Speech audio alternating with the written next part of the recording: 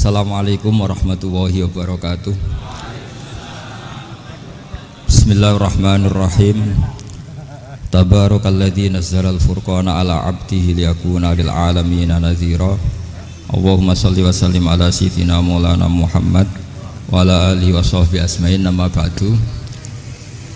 Semua pengurus PBNU yang saya hormati, semua habaib, semua ulama yang saya hormati, wabil khusus Kiai Haji Abdul Manan, Ketua Lembaga Dakwah PBNU, yang meskipun mondoknya hanya 3 bulan ini sebetulnya problem, sehingga saya kesini ini sebetulnya tidak pernah merasa ibadah. Ini bukan dakwah, ini show dakwah. Jadi yang namanya dakwah itu ya orang-orang di kampung nggak bisa ngaji diajarin ngaji, seperti saya di Jogja, di Rembang. Kalau ini show dakwah, dan ini ada agak kesalahan karena mondoknya hanya 3 bulan. Jadi tidak bisa bedakan mana dakwah, mana show dakwah. Ini jelas show itu. Mungkin yang benar-benar dakwah yang sekarang sedang bikin masjid di pedalaman Kalimantan, pedalaman Sulawesi, atau saudara-saudara kita yang di Korea, saya kemarin di Korea, itu dakwah betul. Kalau ini agak-agak tontonan ya, tapi masih bagus lah, melihat wajahnya habib ulama itu ibadah. Tapi begini ya, yang jelas saya berharap sekali, saya diundang sekali ini saja, jangan diulang. Karena mencintai ulama itu baik, tapi ngatur ulama itu dosa. Ini murah. Jadi ini harus dicatat. Jadi Imam Malik itu kalau diundang tuh marah, meskipun yang undang tuh seorang raja zaman itu, Harun ar-Rasyid. Beliau minta supaya Imam Malik baca Muwatta di istana untuk anak-anaknya, padahal seorang presiden mau ngajari anak-anaknya. Imam Malik marah, masyhur itu Daud, al ilmu yu'ta la ya'ti, ilmu disowani, ora kok ilmu yang sowan. Di mana-mana timba itu ke sumur apa sumur yang ketimba? Timba ke sumur. Ini agak kecelakaan. Pakai air pam. air pam katanya. Ini udah banyak air. Sehingga saya kata orang banyak itu di SK-kan PBNU, tapi itu tidak pernah saya pikir. Karena saya melakukan kebaikan itu sebelum dapat SK. Saya ngajar sebelum dapat SK, saya dakwah di mana-mana sebelum dapat apa? SK saya langsung minallahi ta'ala, dari Allah Ta'ala. Jadi kalau PBNU niatnya ikrar bahwa orang yang sudah manfaat diangkat, itu saya terima. Tapi kalau merasa ngangkat saya, tak lawan di pengadilan. Karena saya sudah jadi kiai sebelum diangkat PBNU. Ya ini saksikan ya para muhibin saya. Jadi kalau SK itu ikrar, ngakui kalau Gus Bak manfaat, saya terima. Kan hanya ikrar saja, Pak. Tapi kalau merasa ngangkat dari bawah ke atas itu tak lawan sampai apa? Pengadilan, sampai di akhirat. Tersangkanya ya yang sedang jabat sekarang itu. Tapi saya yakin enggak, Kiai Miftahul Ahyar itu orang alim karena alumni Sidogiri dan menantunya Syekh Duki. Di antara gurunya itu pernah mbah mertua saya, karena istri saya orang Sidogiri. Beliau juga besanan sama keluarga Lasem, saya ini Durriyah Lasem. Pak Said Akil juga orang alim, mbah-mbahnya juga orang alim. Baru kemarin nyocokkan nasab sama saya. Buyut-buyutnya beliau itu adik buyut saya, pernah cocokkan sama saya. Gus, saya sama saya tua mana? Tua saya, buyut kamu adik buyut saya, kata saya gitu. Tapi saya tetap hormat sama beliau karena ya pernah sepuh umurnya setidaknya. Jadi saya ulang lagi, ngaji seperti ini itu sebetulnya lebih ke show, pertunjukan. Supaya pertunjukan ini tidak dosa, saya isi ngaji betulan. Tapi jangan diulang. Karena biasa ngaji rutin. Saya di Jogja tafsir Jalalain sudah juz 23. Pernah khatam hikam. Sekarang Nashahul Libat separuh. Saya ngaji di Sidogiri Itkon, di Sarang Balaghatul Quran, di Hajen Lubul Usul, tapi sarahnya yang Thariqatul Husul, sarahnya Mbah Sahal Mahfud. Jadi baru di sini ngaji bersaing sama orang yang mondok berapa? 3 bulan. Ini masalah. Masalah. Nggak boleh mondok itu harus buat tulis zaman. Tapi ya tidak apa-apa, mungkin laduni ya. Jadi kalau mondok cepet itu kemungkinannya apa? Lajunya. Begini, tapi saya tertarik apa yang dikatakan Kiai Haji Abdul Manan tadi menyangkut kalimat tauhid. Saya ngaji di mana-mana bilang, kalau ngaji itu yang tahqiq itu detail. Detail itu bahasa Arabnya tahqiq. Jadi kita misalnya berpikir secara jernih, orang yang kafir 70 tahun itu pasti menjadi muslim karena melafadzkan la ilaha illallah. Dan itu bi ijma'il ulama. Semua ulama mengatakan demikian. Saya ulang lagi, itu bi ijma'il ulama. Karena mansus di Quran ada ayat kulil ladina kafaru iyantahu yughfar lahum ma qad salaf. Kalau orang yang kafir 70 tahun bisa dihilangkan kekafirannya hanya dengan kalimat la ilaha illallah Muhammadur Rasulullah. Berarti kalimat ini statusnya apa? Penghilang kekafiran, apa? Penghilang kekafiran. Lalu ada kelompok yang mengatakan gara-gara kalimat la ilaha illallah dan pegang patok nisan itu orang menjadi kafir. Ini kan jadi paradok. Lafat yang kita statuskan sebagai penghilang kekafiran dengan lafat yang sama orang menjadi kafir. Itu nggak ketemu nalar. Mbok nalar paling apapun tetap nggak ketemu. Kecuali tadi ya dalilnya pokok yang ngotot tadi. Itu memang kacau itu.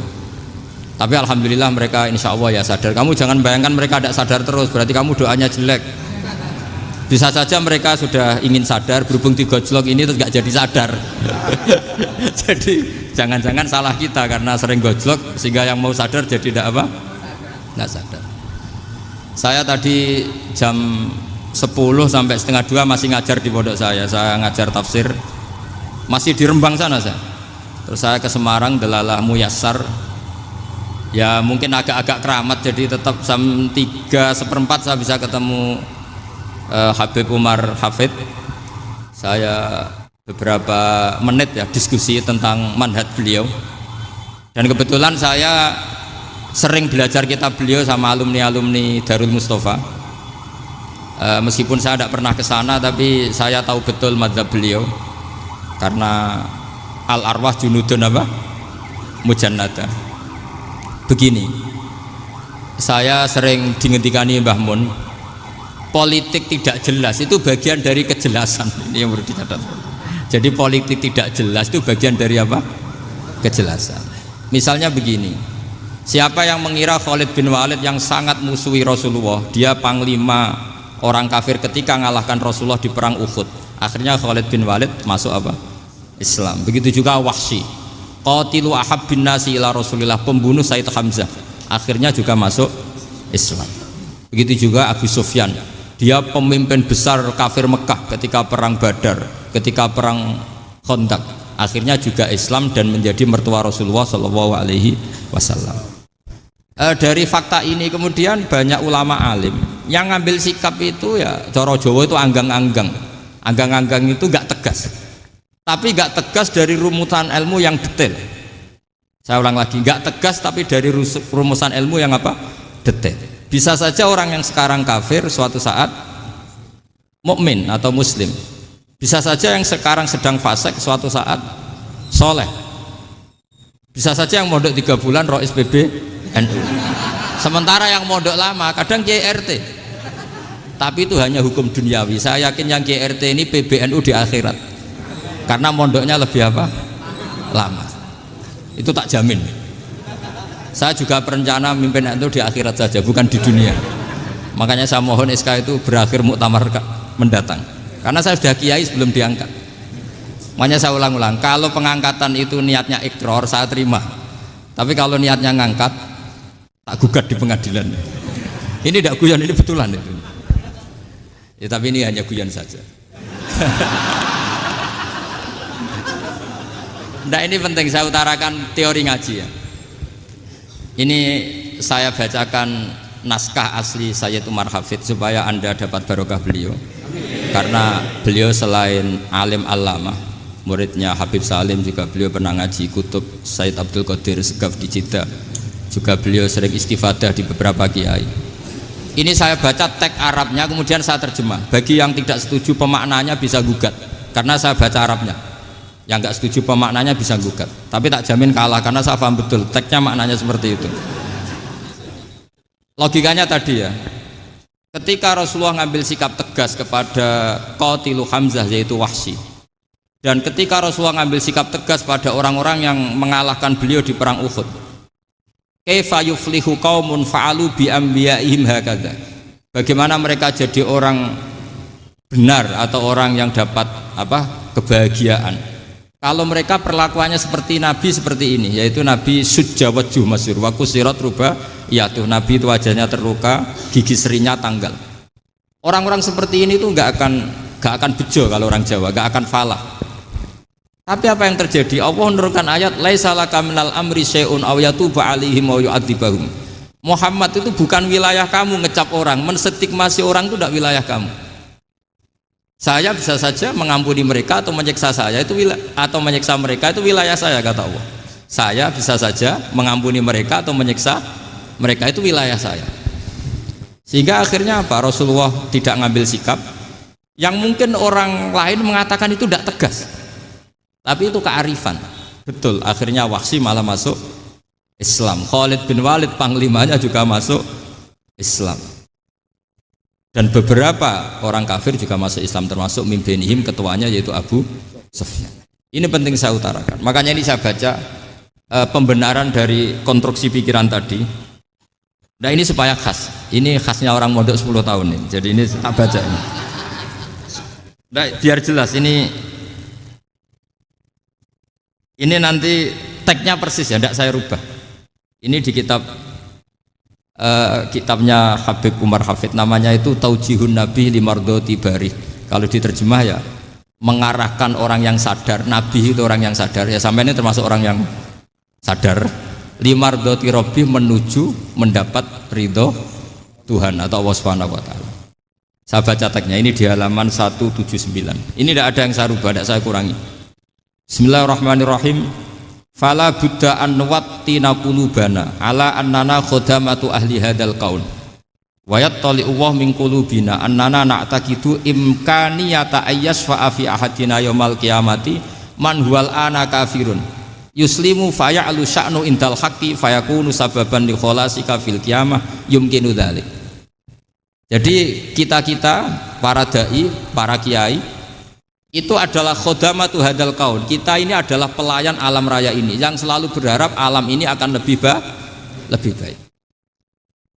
Orang yang sekarang sedang kafir bisa saja nanti yang nyafaati kamu di akhirat, yaitu mereka masuk Islam lalu Islamnya lebih serius, akhirnya punya hak syafaat. Sementara kamu Islam mulai kecil tapi biasa-biasa saja seperti ini, mulai dulu ngaji terus sama Ki Abdul Manan, nggak pernah yang ngisi ngaji, itu artinya nggak ada perkembangan. Makanya saya nggak ingin ngaji lagi karena saya ingin perkembangan Anda nanti tukang mengisi, bukan yang diisi. Kalau saya nanti ngaji lagi di sini artinya Anda kalau tetap mendengarkan itu tidak ada perkembangan. Pantes saja sing mulang Gus Bahak sampean sing ngaji. Sekali-kali ada perkembangan, saya ngaji sampean yang mulang, itu bagus itu. Meskipun itu perkembangan yang menyesatkan.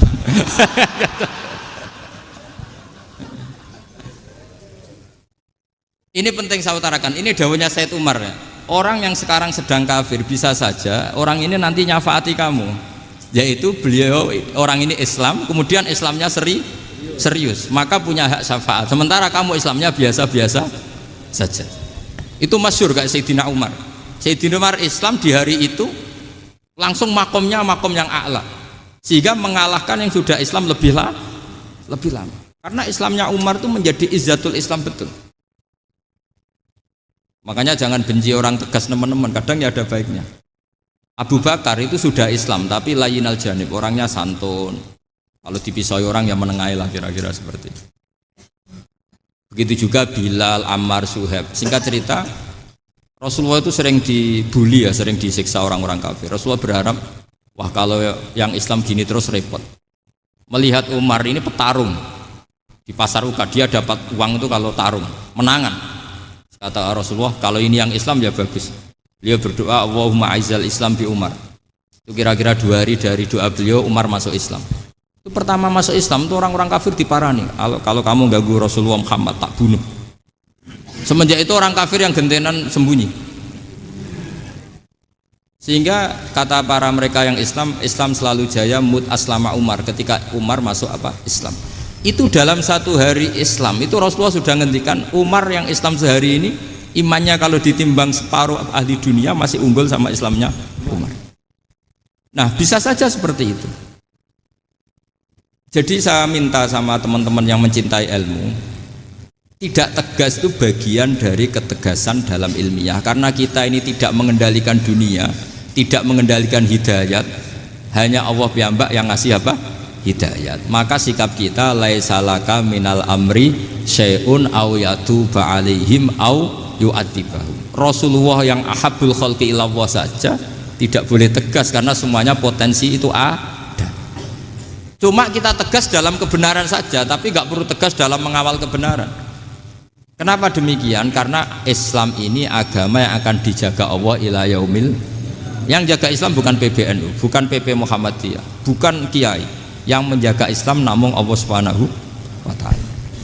Makanya Sayyidina Umar itu kalau disuruh mikir Islam itu nggak mau betul. Masyhur itu dalam tarikh-tarikh. Umar mimpin itu sukses, banyak futuhat. Singkat cerita akhirnya orang tuh kelangenan, wah kalau Umar meninggal kayak apa.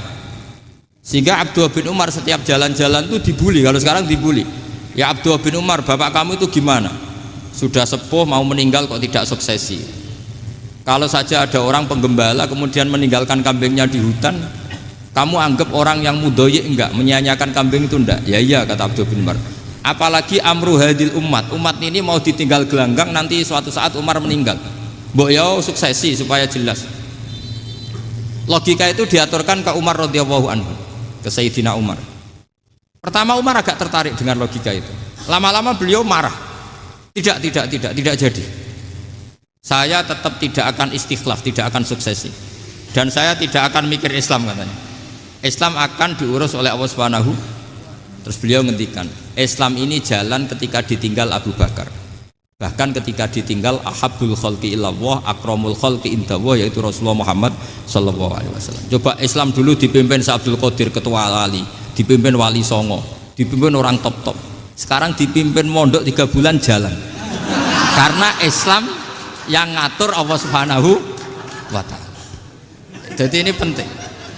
Loh coba ustadz tuh banyak yang nggak bisa ngaji loh, tapi ya laku ya nggak masalah. Loh saya kemarin di Korea seminggu itu TKI jadi khotib, ada yang jadi mufti, ada yang jadi suriah.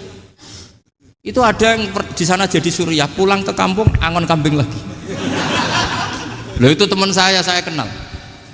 Suriah Korea. Iya suriah Korea tapi. Artinya gini, bahkan masjid semua yang di Korea itu didirikan oleh TKI dan TKW.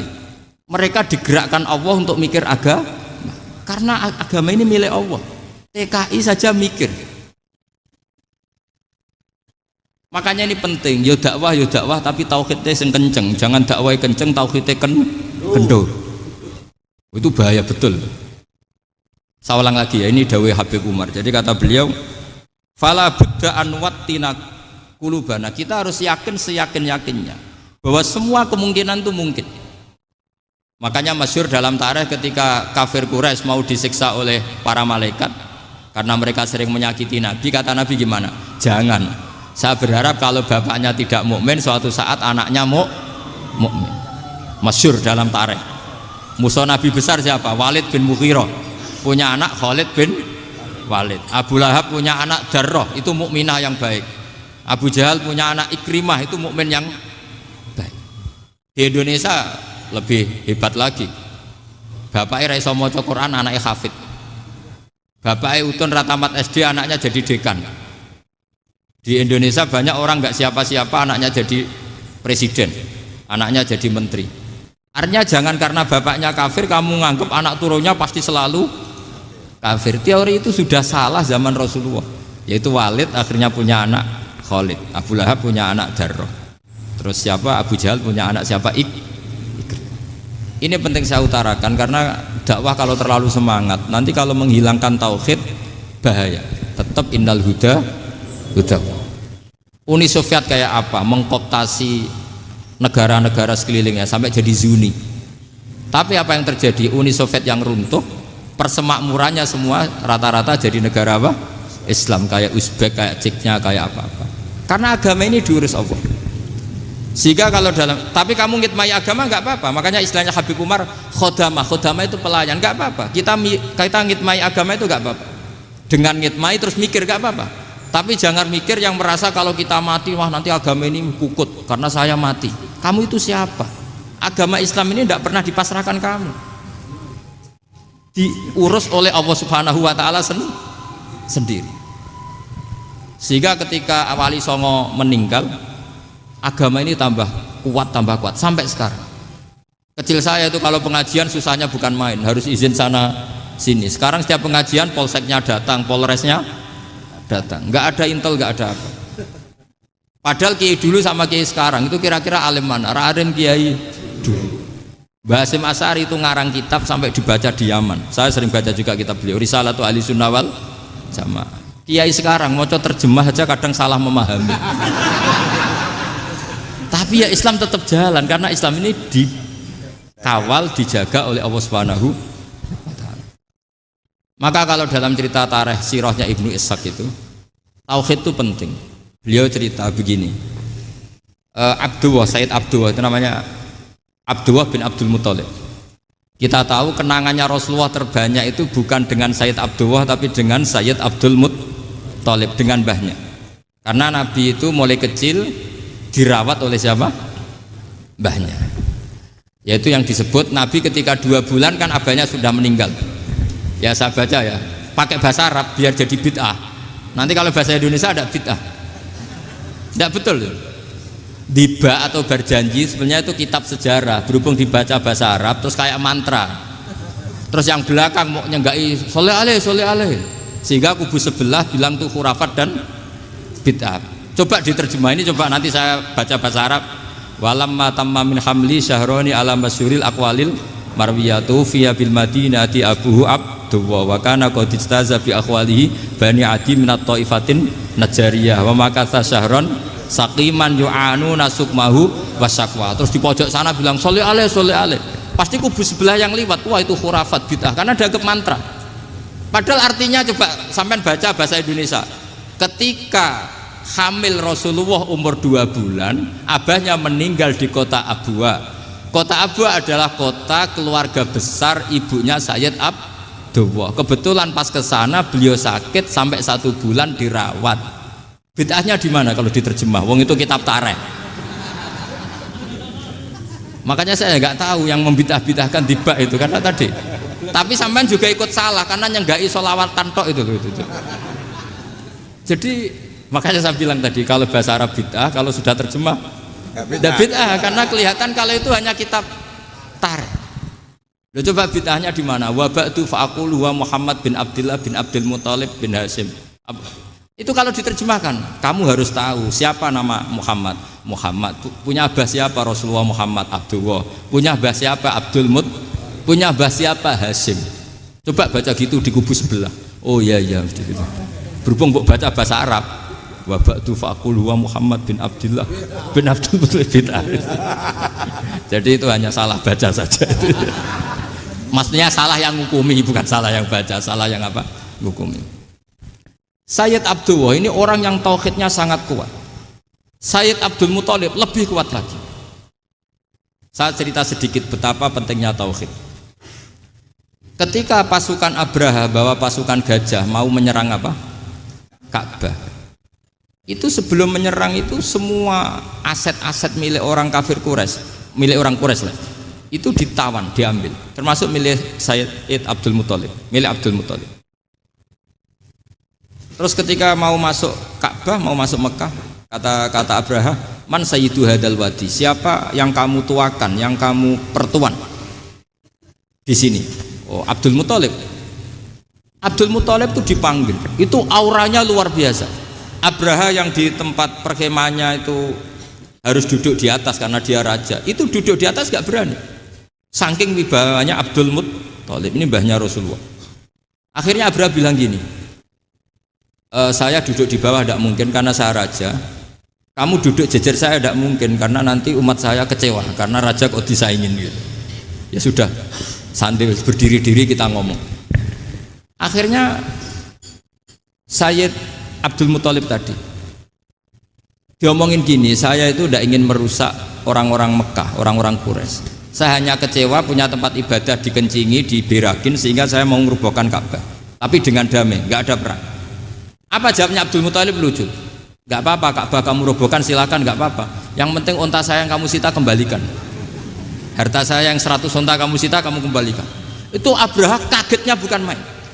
Kaget karena kamu itu pemimpin apa? Tadi saya hormat kamu karena kamu tak anggap orang hebat. Hadhil Ka'bah dinu abaika, ini Ka'bah itu agama kamu. Pas saya hancurkan kok kamu tenang-tenang saja. Padahal pas mau saya hancurkan kamu tenang-tenang saja, malah tanya unta kamu itu gimana? Apa jawabnya Abdul Muthalib? Inna lihadal baiti robban hamahu, sebab Ka'bah itu ada yang punya dan pasti akan melindungi Ka'bah. Tapi kalau unta itu milik saya, ini urusan saya, ini unta. Jadi inna lihadal baiti robban hamahu itu tidak milik saya, itu ada yang punya. Ya sudah, biar yang punya aja yang jaga, itu tidak urusan saya. Akhirnya unta dikembalikan, aman deh, untung double. Terus akhirnya dia ke Ka'bah, fa'akhudha bi halaqatil bab, karena dulu apa itu halaqatil bab, karena dulu itu yang dipakai apa itu pegangan itu bentuknya apa, bulat, makanya diistilahkan halaqah apa, bulat. Kalau sekarang halaqah ilmiah itu seminar. Tidak. Halaqah itu buruhi lain lagi. Ya. Pegang terus bilang gini, kata Abdul Muthalib, ya Allah, Ka'bah ini mau dihancurkan oleh Abraha, Ka'bah ini milik kamu. Saya mau ke gunung, mau melihat apa yang kau lakukan terhadap orang yang mau merusak Ka'bah. Terus Abdul Muthalib bilang ke umatnya, wa ya qaumi, ayo kita ke gunung melihat ma fa'ala rabbuna, apa yang akan dilakukan Tuhan kita terhadap orang yang mau menghancurkan Ka'bah. Jadi santai saja, santai. Terus Abdul Muthalib naik gunung sama orang-orang Quraisy. Abraha datang mau merusak Ka'bah, terus terjadi alam taro kaifa fa'ala rabbuka bi ashabil fil. Itu melihat. Dan betul Ka'bah dijaga Allah. Islam juga gitu. Ketika Islam dikooptasi Uni Soviet, semua ulama, semua wali perasaannya hanya nunggu kehancuran Uni Soviet, karena pasti agama ini dijaga Allah. Saya setiap sholat, setiap munajat, ketika baca Rabbana lakal hamdu bil samawati wa mil'ul ardi. Dulu saya iskal itu janggal. Ya Allah, engkau zat yang layak dipuji, yang pujian itu memenuhi langit dan bumi. Pikiran saya kalau bumi ateis itu mujinya kayak apa? Tapi Masya Allah, ketika saya datang di Korea, bumi ateis, ternyata di sana banyak masjid, banyak tasbih, bahkan ada sakduna di sana. Karena Allah sudah ngendikan lakal hamdu mil'us samawati wa mil'ul ardi. Dan sekarang nyata, semua bumi ateis, bumi apa saja, ada tasbihnya, ada tahmidnya. Makanya sadaqallahul adzim ketika ngendikan sanurihim ayatina fil afaq walladzi arsala rasulahu bil huda dinil haqqi liyuzhirahu 'alad dini kulli. Makanya saya mohon sekali bahwa agama ini harus kamu khidmah. Tapi enggak boleh kamu pikir.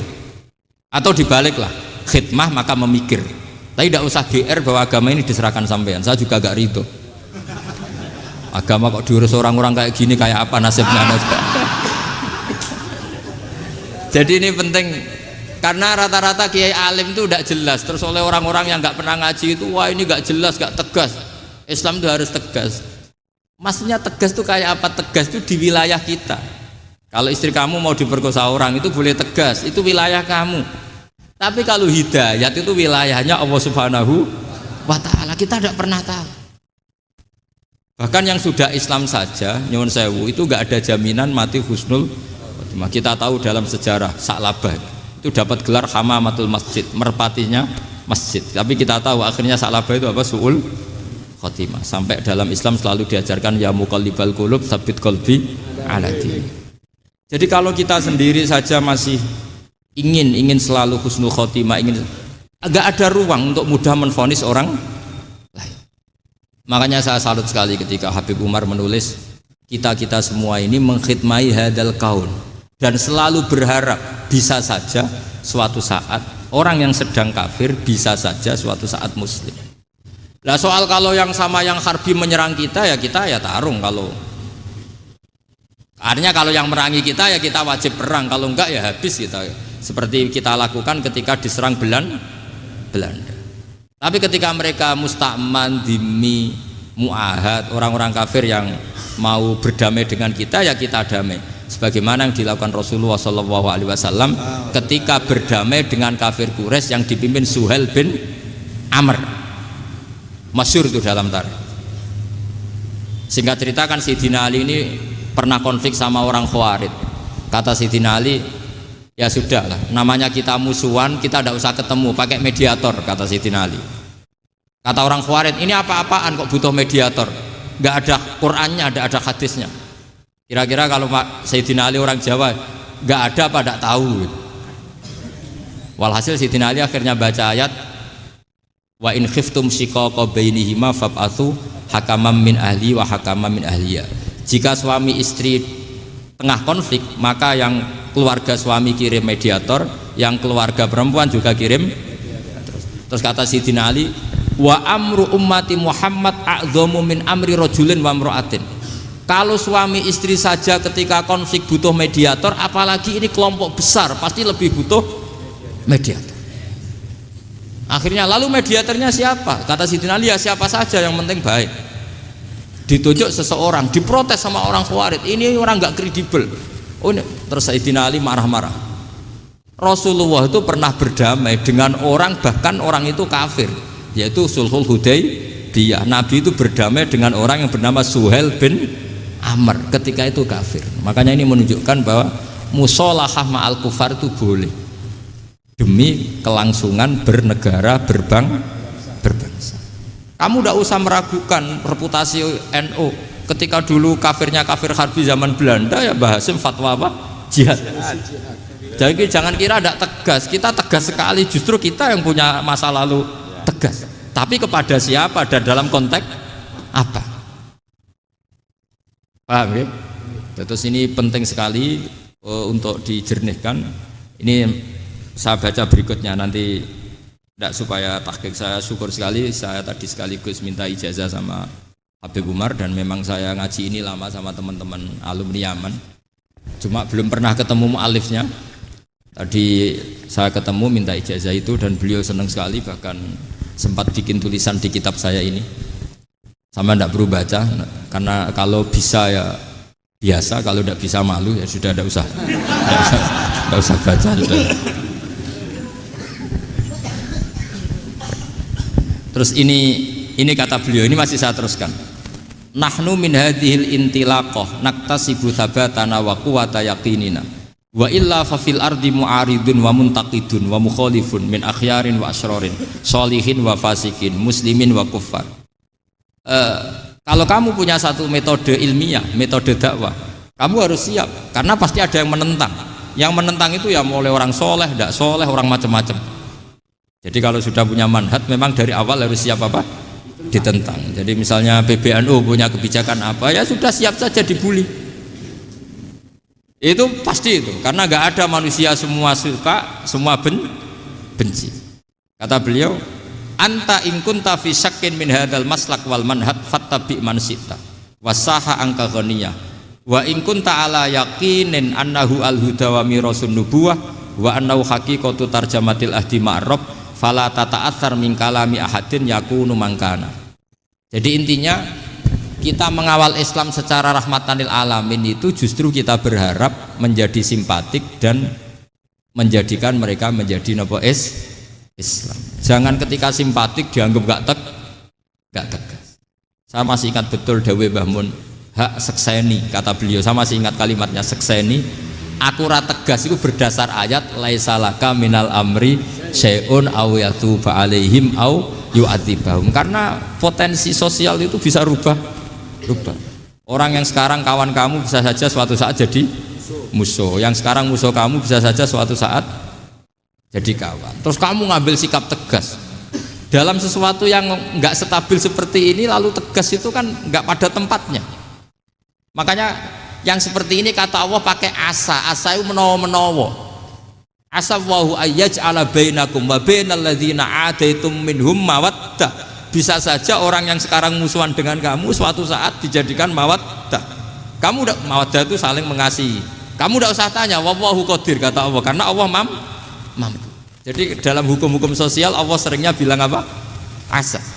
Misalnya wasa antakrahu syai'a wa huwa khairul lakum, wasa antuhibbu syai'a wa huwa syarrul lakum. Karena masalah sosial ini semuanya asa, yang pernah tahu siapa? Bisa saja sekarang saya Rois Surya, nanti SK-nya enggak turun lagi, tapi saya tidak apa-apa. Bisa saja nanti santri 10 tahun dipimpin 3 bulan enggak apa-apa. Bolak-balik enggak apa-apa. Saya tidak akan kecewa.